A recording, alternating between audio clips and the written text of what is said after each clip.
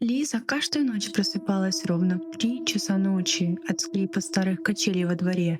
Сначала на них никого не было, но однажды девочка увидела за окном бледную фигуру в белом платье. Незнакомка сидела неподвижно и смотрела прямо в ее комнату. Следующей ночью она стояла уже возле калитки, потом на крыльце. А еще через ночь Лиза услышала мокрые шаги в коридоре. Дверь медленно открылась. Девочка спряталась под одеялом. Матрас рядом прогнулся, а ледяные пальцы осторожно коснулись ее волос. Утром родители нашли Лизу спокойно спящей. Она улыбалась, но выглядела немного иначе. Глаза стали почти бесцветными, а кожа холодной. Мама решила, что дочь заболела, и повела ее в ванную.